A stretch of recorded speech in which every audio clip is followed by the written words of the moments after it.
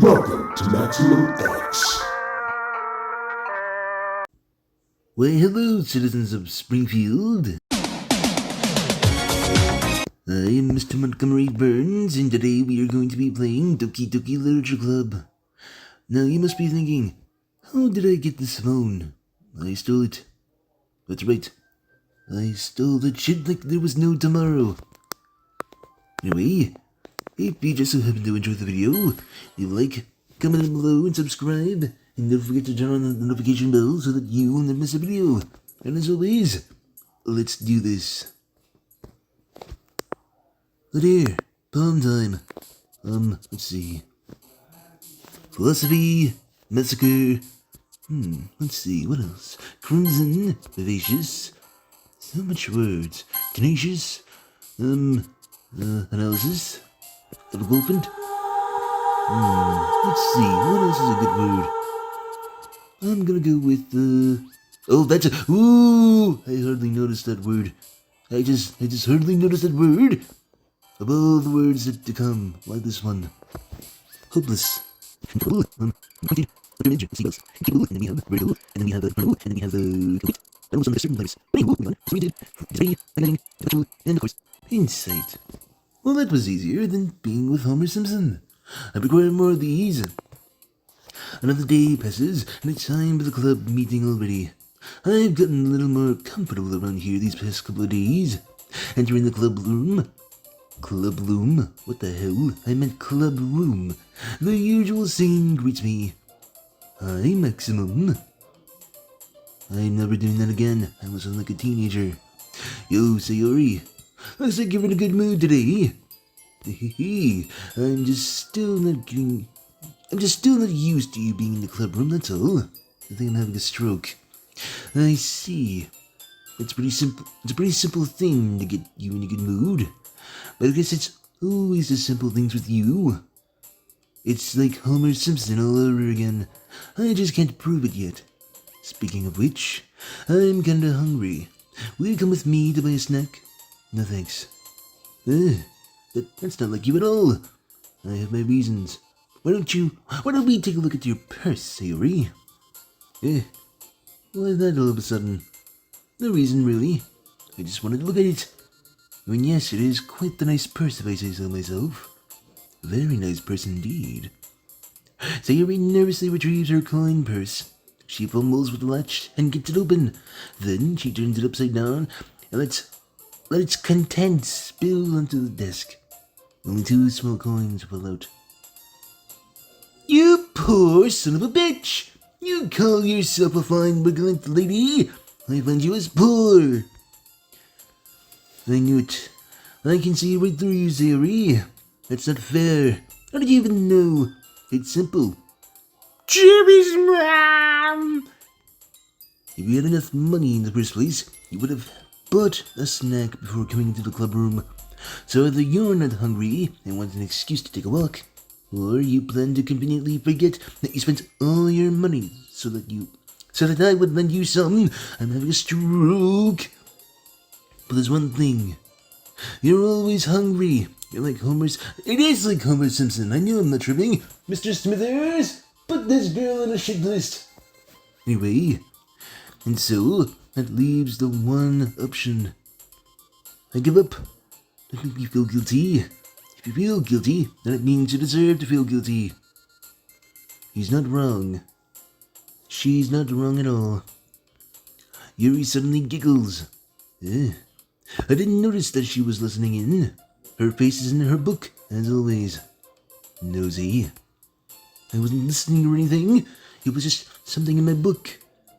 Yuri, tell Maximum to let me borrow some money. So I can get down with Jimmy's mom. Don't get me involved like that, Sayori. Besides, you should only buy what you can responsibly afford. At least someone has a brain. You fine, elegant lady, unlike this fool who prefers to buy snacks in the way Homer would. And frankly, after pulling a mischievous stunt like that, your suffering is fair enough retribution.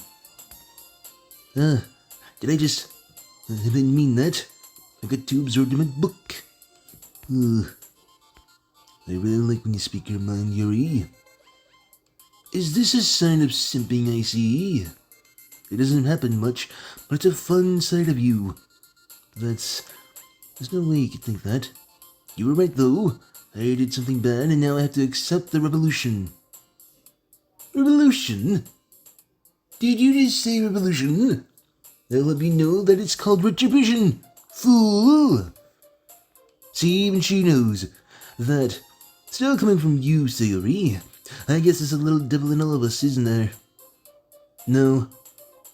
I'm just flat out air. Seriously, I can fit through the vents with no problem at all. I'm like a snake in those things.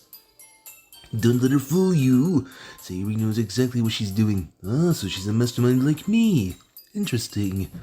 After all, she told you guys she was bringing me to the club before she even told me. But we wouldn't have come if it weren't for the cupcakes. Shh! We don't say that out loud, Sayori. The cupcakes were quite delectable, if I say so myself. So I had to trick Natsuki into making them. Come on, give me more credit than that, Sayori. Out of nowhere, something smacks Sayori in the face and tumbles onto the desk. Oh! You deserve that, bitch. Oh. What was... A cookie! Sure enough, it's a giant cookie wrapped in plastic. Sayori glances around. Is this a miracle? It's because I paid my restitution? Retribution. Actually, that one almost worked. I'm starting to see a Homer-like resemblance here. Are you the hidden daughter of Homer Simpson, perchance? I was just gonna give it to you, but then I heard you blab about the cupcakes. It was totally worth seeing your reaction, though. Natsuki, that's so nice of you. I'm so happy I could give you the biggest death squeeze in the world. Sayori hugs the cookie. Jeez, just eat it. Sayori rapidly tears open the wrapper and takes one big bite. So good. Sayori suddenly claps her hands over her mouth. I bit my tongue. You fucking fat ass. Of course you're gonna bite your tongue if you bite too fast. Especially if you're not paying attention to where you bite. You're going through a lot over this one cookie. Natsuki takes a bite of her own cookie. Ah, yours look really good too, Natsuki. You fucking fat ass. Stay away from the cookie. She doesn't need you to be thieving over a cookie, Sayori. Can I try it?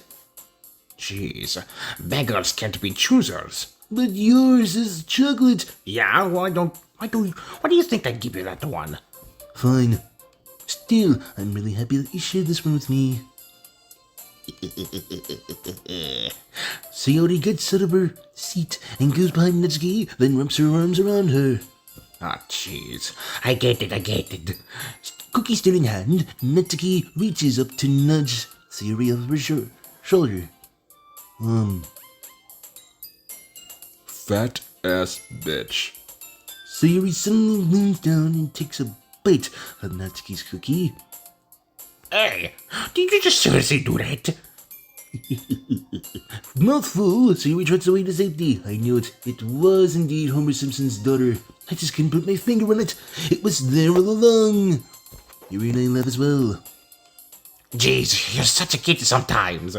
Monica, can you tell Sayori to... Natsuki glances around. Monica isn't in the club room. Where's Monica anyway? Good question. Have anyone you heard anything about her being late today? Not me.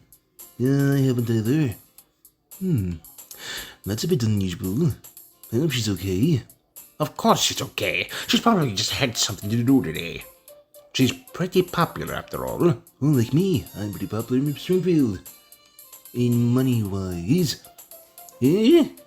You don't think she has a... I wouldn't be surprised. She's pretty more desirable than all of us combined. Damn. That's true. Excuse me? Suddenly, the door swings open. Sorry, I'm super sorry. There you are. I didn't mean to be late. Yeah, I hope you guys weren't worried or anything. Monica chose the club over her boyfriend after all. You're so strong-willed. Boyfriend? What on earth are you talking about? Yes, little Simpson. What are you talking about? Monica quizzically glances at me. Never mind that. What held you up anyway? Well, my last period was today. Was study hall. To be honest, I kind of just lost track of time. That makes no sense, though. You would have heard the bell ring at least. I must not have heard it, since it was practicing piano. Yes, I'm quite the pianist myself. Not really. Piano? I wasn't aware that you played music as well, Monica. I don't really. I kind of just started recently. That's a shame. I've always wanted to learn piano. It's so cool. You should play something for us, Monica. Monica looks at me. Maybe once I get a little better, I will. Good. You will be the pianist of my chemical plant. Anyway, yes, I'm going to be ruling over this channel just for today, and then I'm going back to Springfield. Yay! That sounds so cool. I'd also look forward to it. Is that so? In that case, I won't let you down. It's Mr. Burns to you. I am not this maximum fellow. I am Mr. Montgomery Burns. Monica smiles sweetly at me. I didn't mean any pressure or anything like that. Don't worry.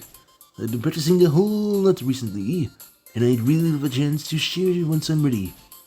I see. In that case, best of luck. Thanks. So I didn't miss anything, did I? No, not really. Not much has happened. Except for the nuclear explosion at my chemical plant. I choose to leave out Sayori's mischievous escapade. I'm sure Natsuki will end up complaining to her anyway. It looks like everyone has already settled down. Sayori somehow already finished her entire cookie. Which reminds me, I should probably save. So give me just a moment as I save. Anywho.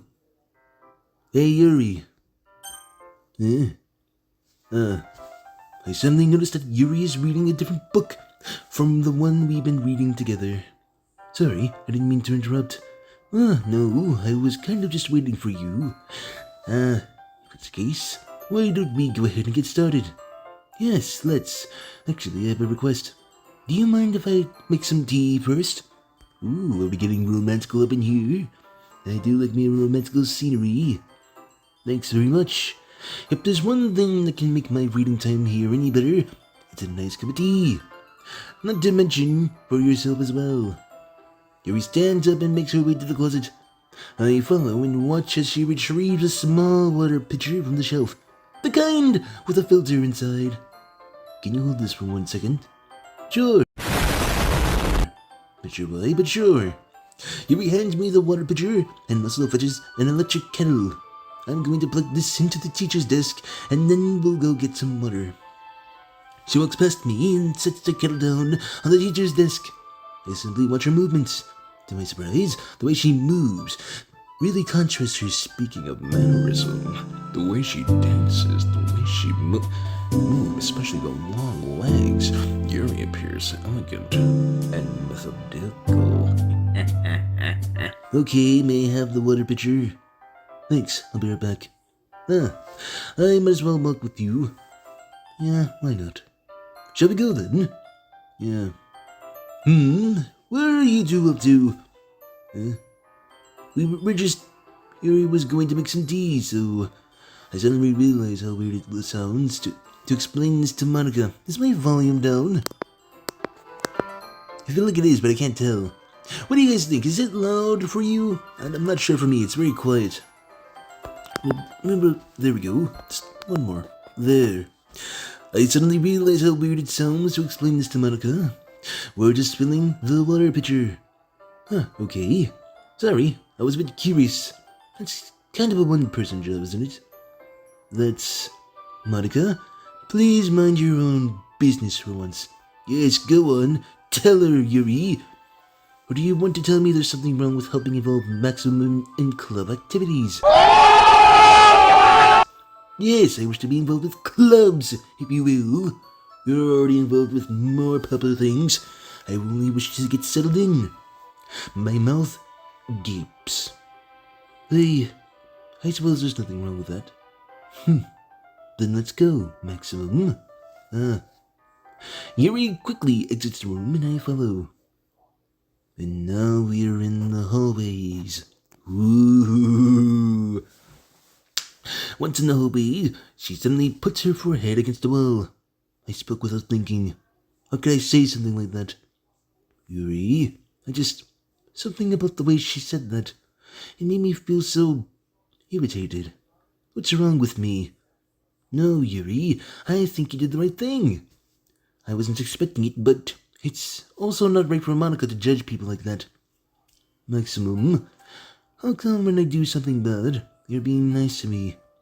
Because nothing that you do is bad, as you make it seem in your head. Nobody's perfect. We have emotions, and we can't always hide them. But you always amplify things in your head. Your mind turns a light rain shower into a hurricane. No, wouldn't you hate me for something as terrible as that? Why would I hate you? I can't hate someone for having emotion. Yes, I can. I'm just forced to say these things. I'm being held at gunpoint by the main person who uses his phone just so I can say these lines. What kind of friend would do that? Friend, you say? Yuri lifts her head. Maximum, I really like being friends with you.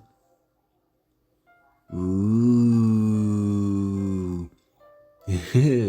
Thanks, Yuri. I like being friends with you too.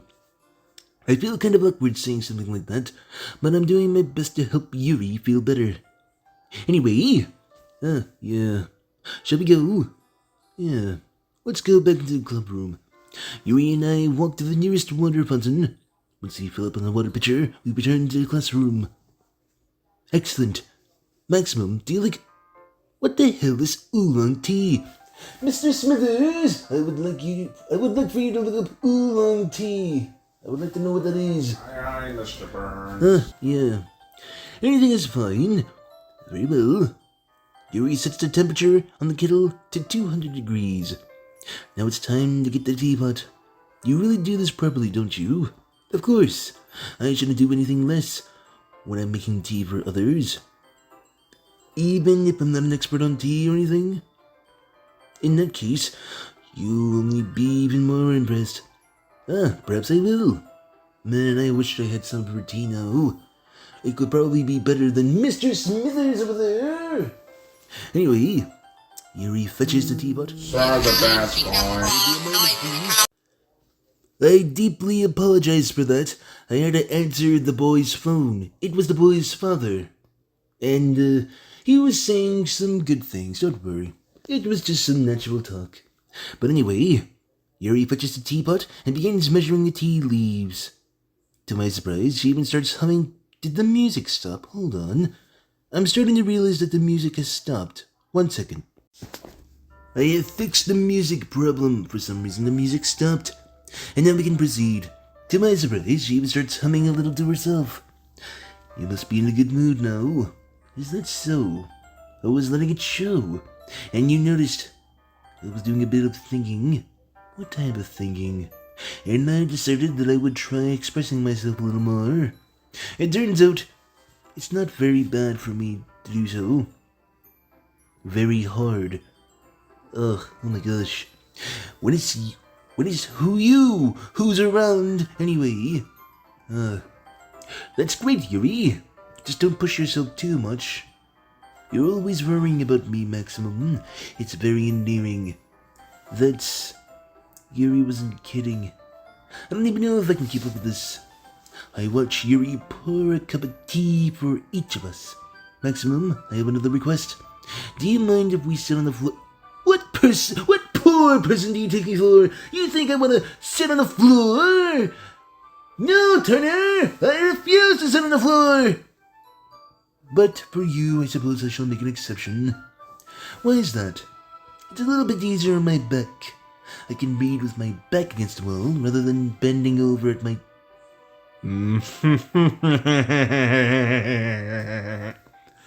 Sorry, I didn't realize. No worries. I just have back pain fairly regularly, so I do my best to manage it. Is that so? I wonder why that is. It's most likely because your posture, right? Always hunched over like that while reading. Remind me of myself. I usually have a hunch my back sometime. That's why I'm always, like this, or something like that. Yes! I have terrible reading posture, so that's why we should sit on the floor. Fair enough. I'll go ahead and get the book. I retrieve the book from my bag. I have some rice chocolates. Did I just say rice chocolate? I make regular chocolate as well. It's a bag of small chocolate candies that I kept hidden away from Sayori's candy radar. Fucking Homer Simpson. I take it, since it'll go well with the tea. Yuri and I then sit against the wall, teacups at our sides. As if in sync, we assume that same reading position as the last time, each holding one half of the book.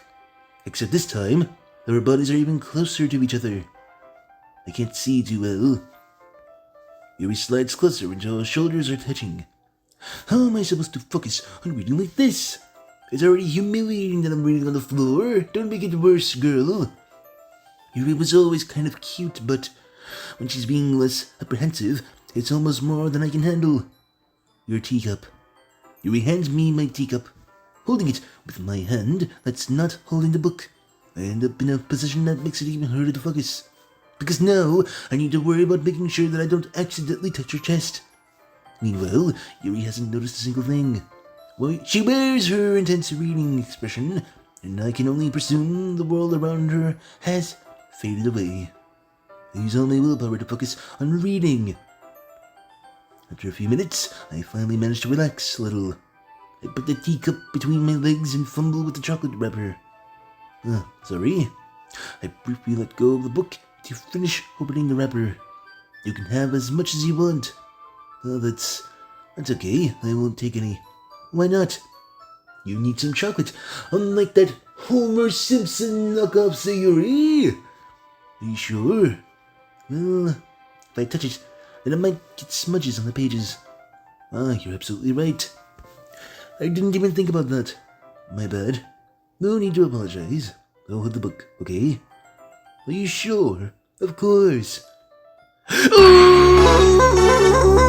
Yuri opens the book with both hands. Oh my gosh, we are getting to the good zone here. Absolute cinema, if you will. She holds it so that I don't have any harder time of reading from it. I'm having a stroke, Turner! But as a result, her left arm is practically resting on top of my leg. Well, in that case, Yuri is already focused on reading again. I take a chocolate rubber candy. What? I take a chocolate candy and pop it into my mouth. Then I take another chocolate and hold it up to Yuri. She doesn't even look away from the book. She simply pats her lips, as if the situation was completely natural. But that means I can't stop here. I apprehensively place the chocolate into her mouth. That's a small chocolate. And just like that, Yuri closes her lips over it. Yuri's expression suddenly breaks. Did I just... Yuri looks at me like she needs to confirm. Maximum. Sorry. I guess I shouldn't have done that. That's... Well... You were just helping. That's something that friends do. Right? I mean, not really in this kind of context, but... Yeah. That's all it was. Yeah. Then, you don't need to stop or anything. I see. The situation has gotten really tense. Yuri tries to return to the book, but I can tell just by her expression that she can't even focus now. My heart is pounding. I nervously take another chocolate between my fingers, but this time Yuri's eyes meet mine. How did it even come to this? Yuri doesn't even divert her gaze. I notice her chest rising and falling to the rhythm of her breaths. I raise my arm. Before Yuri parts her lips. But it's different this time. I take the chocolate and place it into her mouth. This is kind of fun. It's like feeding a dog. I feel her hot breath on my fingers. bitch! I was enjoying my time with this young lady. How dare you absolutely ruin it by coming out of nowhere? Okay, everyone. Yuri jolts back. It's time to share. Oh, that's why. It's pawn time. What a shame. Maximum, you can help Yuri put away the tea stuff, right? Yeah, of course. Okay, thanks. The spell is abruptly broken. I'll take care of the cups. Yeah. Yuri picks up the teacups from the floor. I pick up the bags of chocolates. In the end, we hastily clean up without so much of a word between us. I get the feeling this is something neither of us will have courage to bring up. And now, it's time to share a poem. But who shall I share it to, is the question. I suppose, Yuri, it is best. Let's see what you've written for today. Yuri stares at the poem with a surprised expression on her face. I really only write for myself. And besides, people would just laugh at me. But don't laugh, everyone. Anyway, do you really think that? Again? Yeah. Do you want to share the poem you wrote today? Yeah, I do. If it's with you. Oh my gosh! I can't read this shit, but I shall try. The raccoon. It happened the dead of night while I was slicing bread for a guilty snack. My attention was caught by the scurrying of a raccoon outside my window. That was, I believe, the first time I noticed my strange tendency as an unordinary human. I gave the raccoon a piece of bread. My subconsciousness well aware of the consequences. Well aware that the raccoon that is fed will always come back for more. The enticing beauty of my cutting knife was the symptom. The bread, my hungry curiosity. The raccoon, in age, at least I can assume that's what it says. The moon increments. I can't read cursive. It phase and reflects that much more light of my cutting knife. The very same light that glistens in the eyes of my raccoon friend. I slice the bread, fresh and soft. The raccoon becomes excited. All people are merely projecting my emotions onto the newly satisfied animal. The raccoon is taken to following me. You could say that we've gotten quite used to each other. The raccoon becomes hungry for more frequently, so that my head is always handy. Every time I brandish my cutting knife, the raccoon shows me its excitement. I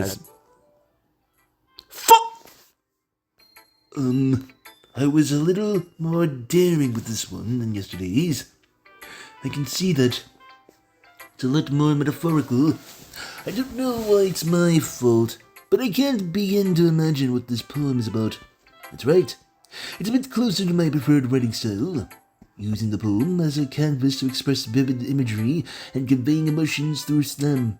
Yeah, I think it's like even if it's well, I think something that normally I would express me easily. You know my morning it's those sort of things you yourself. So sometimes you're welcome. When you keep yourself because they're interesting. It won't be funny, but you're the well, yeah, I think you know something like that. That's making you and everybody even if it was something something I don't I learned how to my own videos. What you yourself. I don't even know. I'm glad you're concerned. We're good. We're things. Writing something there are people you film. That's just really just how I feel. I thought it was a publishing writing. And now I'm feeling forward. Just I'm listening. More like that. It's not really. It's not really. It's not really here. Okay, Sayuri. It's your turn. Ooh, I like this one, Maximum. It has a nice feelings to it. Ah, I'm glad. Does it mean it's better than yesterday's? Now then, you can read my poem now, okay? Bottles. I pop off my scalp like the lid of a cookie jar. It's a secret place where I keep all my dreams, little balls of sunshine, all rubbing together. Like a bundle of kittens, I reach inside my thumb and forefinger and pluck one out. It's warm and tingly, but there's no time to waste. I put it in a bottle to keep it safe, and I put the bottle on the shelf with all the other bottles. Happy thoughts, happy thoughts, happy thoughts in a bottle, all in a row. My collection makes me lots of friends, each bottle a starlight that makes amends. Sometimes my friend feels a certain way.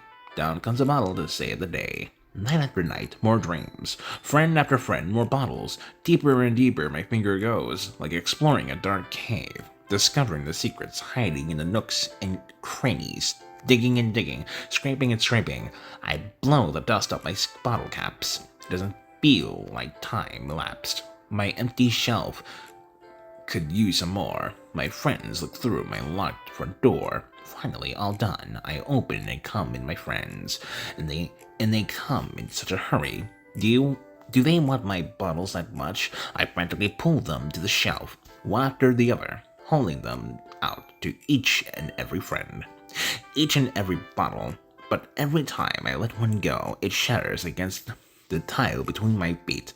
Happy thoughts, happy, thoughts in shards all over the floor. They were supposed to be for my friends who are smiling, but they're all shouting, pleading something. But all I hear is echo, echo, echo, echo, echo inside my head. That's, Holy crap. Sir, did you really write this? Of course I did.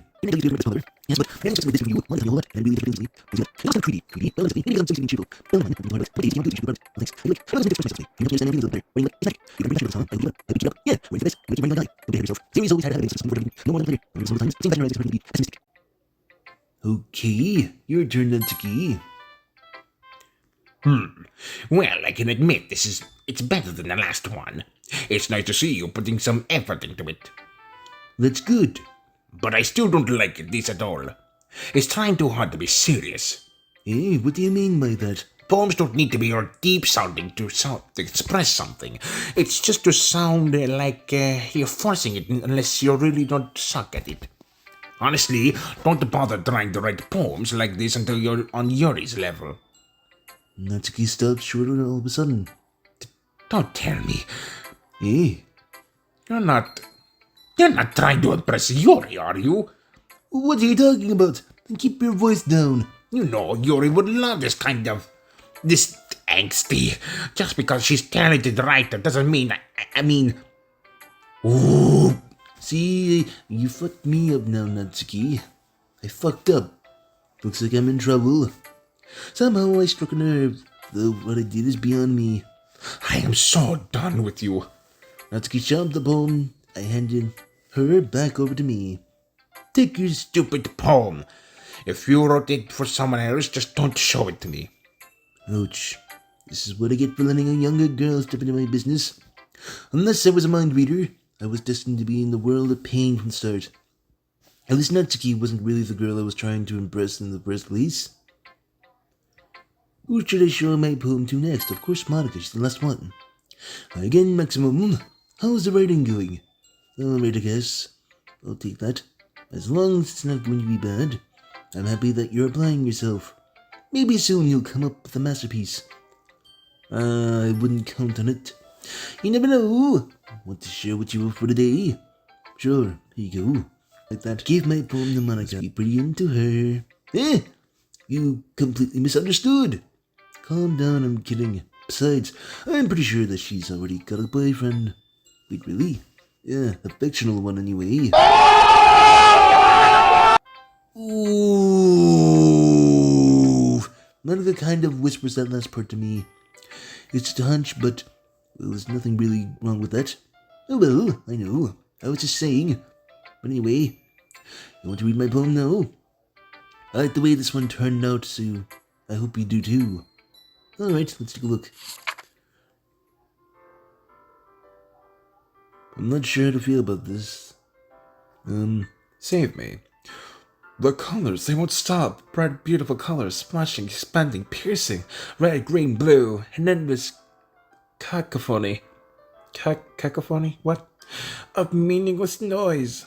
The noise won't stop. Violent, grating waveforms, squeaking, screeching, piercing. Swing, cuisine, tagnant. Like playing a chalkboard on the turntable.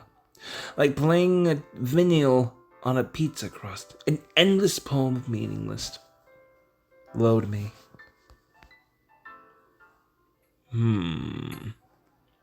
It's even more abstract than your last one, huh? I guess it's just the way I write. Here's Monica's writing tip of the day. Sometimes you'll find yourself facing a difficult decision. When that happens, don't forget to save your game. Never know when you might change your mind, or when something unexpected may happen. Wait, is this tip even about writing? What have I been talking about? That's my advice for today. Thanks for listening. Okay, everyone, we're all done reading each other's poems, right? I have something extra planned today, so if everyone could just sit in front of the classroom. Is this about the festival? Well, sort of. Do we really have to do something for the festival? It's not like we can put anything good together in just a few days. We'll just end up embarrassing ourselves in front of everybody instead of getting any new members. That's a concern of mine as well. I don't really do well with last-minute preparations. Don't worry so much. We're going to keep it simple, okay? We don't need much more than a few decorations. Siri has been working on posters, and I have been designed some pamphlets we can give out during the event. Okay, that's great and all, but that doesn't tell us what we're actually going to be doing for the festival. Sorry. I thought you'd heard about it already. We're going to be performing. Performing? Monica. Yeah, we're going to be having a poetry performance. Each of us is going to choose a poem to recite during the event. But the cool part is we're also going to let anyone else come up and recite poems too. So Yuri's putting it all on the posters in case anyone was prepared ahead of time. What the show is all about. Yeah, it's about expressing feelings. Being intimate with Jimmy's mom, finding new horizons and having fun. That's right. And it's those reasons that we're all in this club today. Don't you want to share this with others? Holy crap, I've been recording for about 46 minutes. I just realized. To inspire them to find the same feelings that brought you here in the first place. I know you do. I know we all do. And if all it takes is standing in front of the room for 2 minutes and reciting a poem, then I know you can do it. Once again, Yuri remains silent. Siri looks worried. I guess that leaves me no choice. I agree. I don't think it's too much to ask. I think that Siri and Monica have been trying really hard to get new members. The least we can do is help them out a little. Well, maybe, but...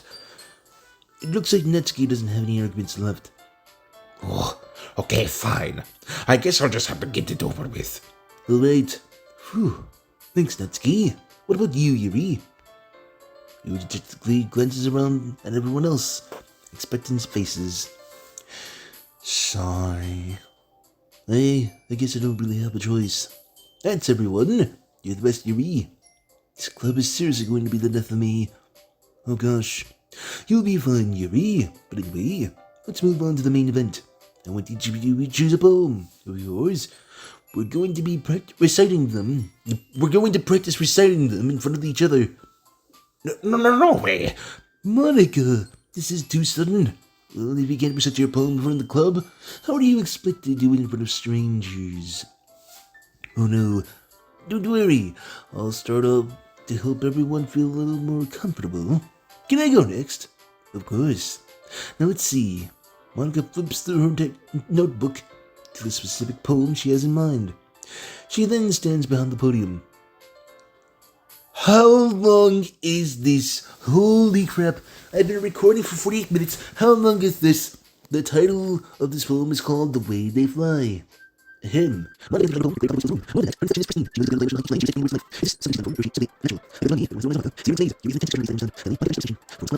Smiles. That was so good, Monica. Thank you very much. I was just hoping to set a good example.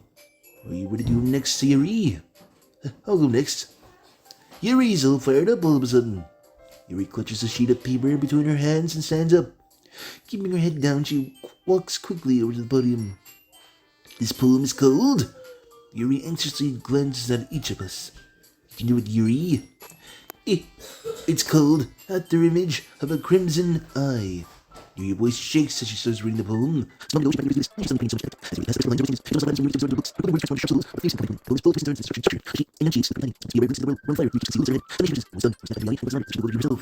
Hey, it's up to me to save the situation. Everyone else joins me after I applaud. and we give Yuri the recognition she deserves. It's not like we didn't want to applaud for her, but we caught ourselves off guard that we must have forgotten. As we applaud, Yuri holds the poem to her chest and rushes back into her seat. Yuri, it was really good. Thank you for sharing. Looks like Yuri's done for the count. Okay, I guess I'm up next then. Sayuri hops out of her chair and cheerfully walks to the podium. This one's called My Mom.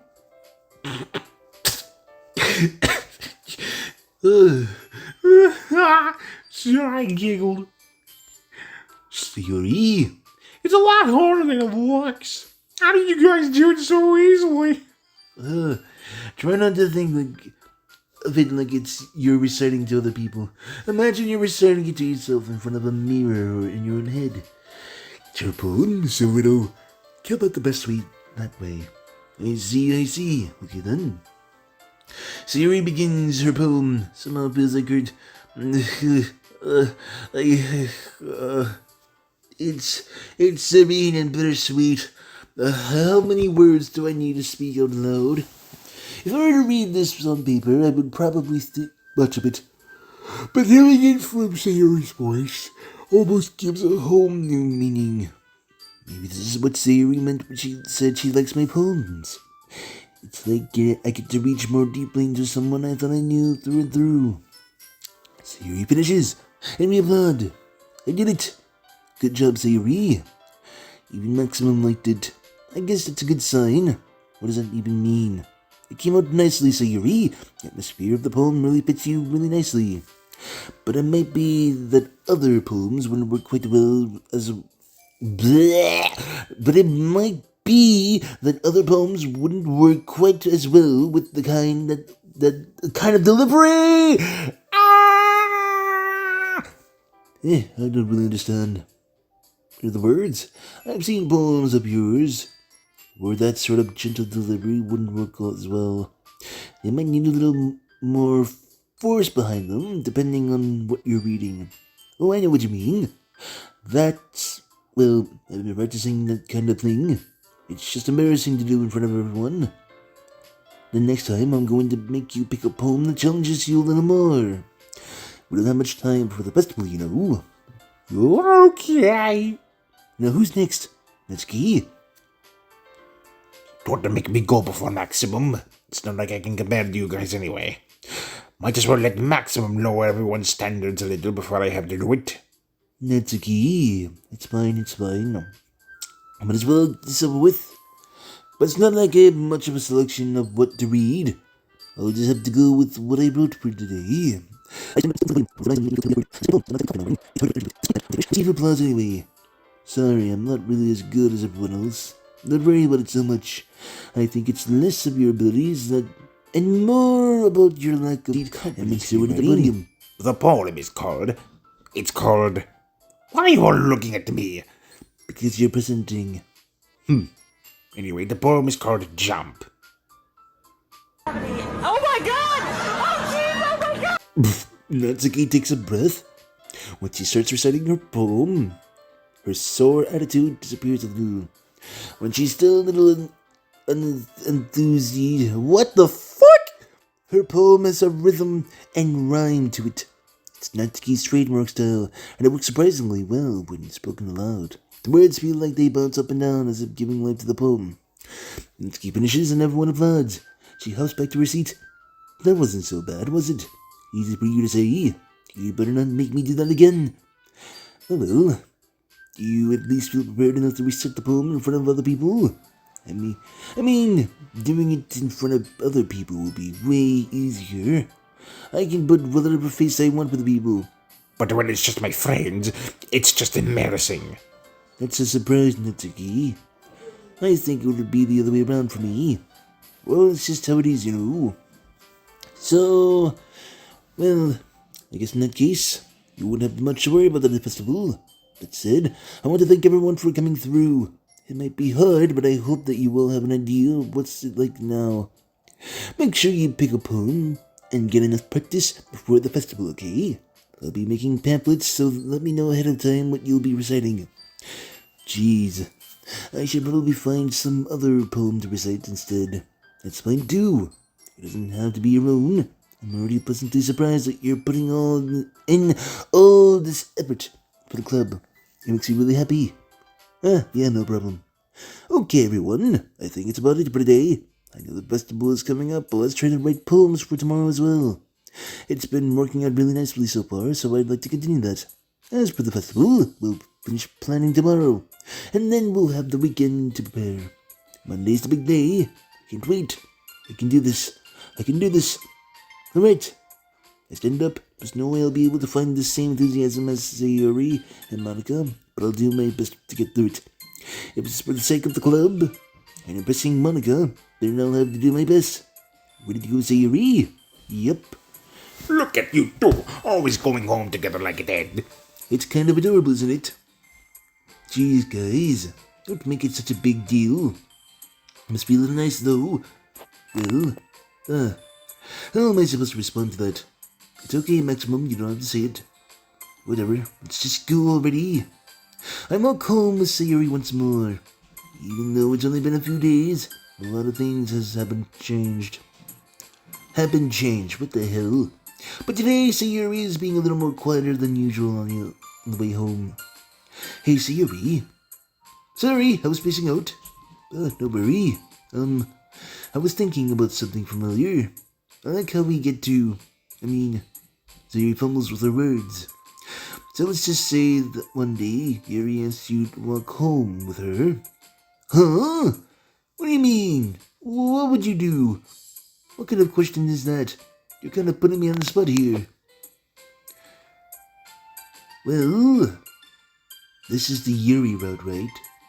So I'd walk home with Yuri. Why does the thought of that make my heart pound? Given how hard it is for her to socialize, I would feel awful turning her down, so... Isn't she so beautiful and smart? That has nothing to do with what I just said. Aha, you admit it. Jeez. It's not even any point in speculating something that's never going to happen. Well, maybe. But I just like to think about it. It's not long before you won't need me anymore, you know. Need you? Sayori, I can't figure out how you're seeing things in your head right now. Sorry. Everyone is different. Nobody in the club is a replacement for you. If you say so. The conversation trails off, and I'm feeling left awkward. But it was kind of her fault for trapping me with such a weird question. I can just lie to her, but if there's something that makes her happy, I would hate to take that away from her. That's why I said there's no point in speculating. But again, the festival is only a few days away. Who knows what will happen in that time? Well, this was a stupid video. I'll catch you all next time. Peace out.